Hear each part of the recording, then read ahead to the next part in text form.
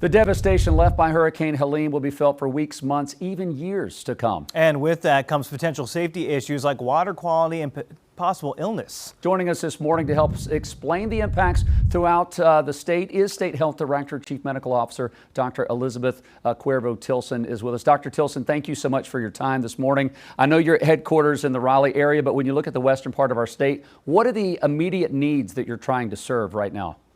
Yeah, thanks for having me this morning. Clearly, this is a devastating catastrophe. People are suffering. We know there's so many needs. I want to make sure people know that we're working around the clock with our federal, our state, our local partners, getting need to those people and resources to those people, and we'll continue to do that.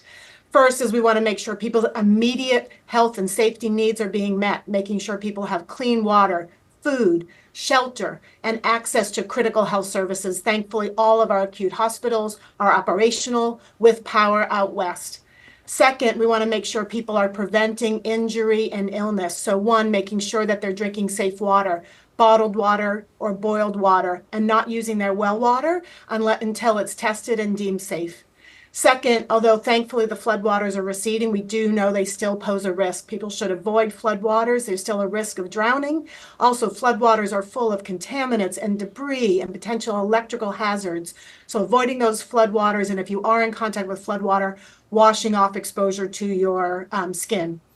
Other risk of injury as people are getting out and working to clean, making sure they're wearing shoes to avoid puncture injuries, making sure that they are being careful if they're using chainsaws or getting on ladders, making sure that they're not using generators or gas grills in their house for risk of carbon monoxide poisoning, making sure they're up to date on their vaccine, their tetanus vaccine, and we're pushing more of that out to our health departments as well.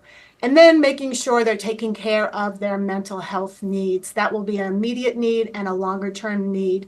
We have mental health resources in the shelters that we've stood up. We also have 988 if people need to reach out for mental health resources. And Dr. Tilson, real quick, on that mental health aspect of it, how can people cope? Is there any tips we can give? Because we just talked to one of our reporters, our chief business correspondent, Taylor Young, the isolation that they're dealing with. What are some tips that people can use to cope? Yeah, this is a really important short-term and longer-term one. First is I want people to know, especially if they're isolated, help has come and help will continue to come. I don't want anybody to feel that they are forgotten or abandoned. Help is there. Two, they can call, again, 988 if they're in a crisis, and they can call 211. We can do welfare checks. We can send people out, search and rescues. We can connect them to resources. Three, again, to know they're not alone.